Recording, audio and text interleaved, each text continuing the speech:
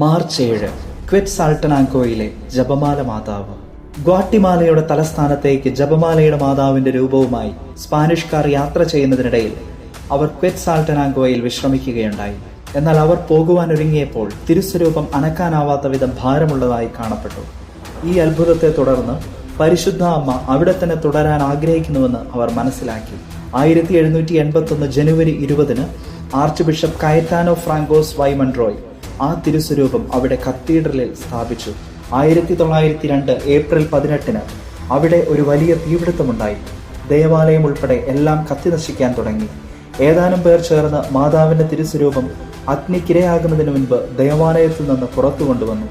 അവർ മാതാവിനോട് മുട്ടിപ്പായി പ്രാർത്ഥിച്ചു. അപ്പോൾ തന്നെ അഗ്നിബാധ ശമിച്ചു. 1983 മാർച്ച് 7 വിശുദ്ധ ജോൺ പോൾ II മാർപ്പാപ്പ പ്രസ്തുത രൂപത്തിന് ഔദ്യോഗികമായ കിരീടം ധരിപ്പിച്ചു.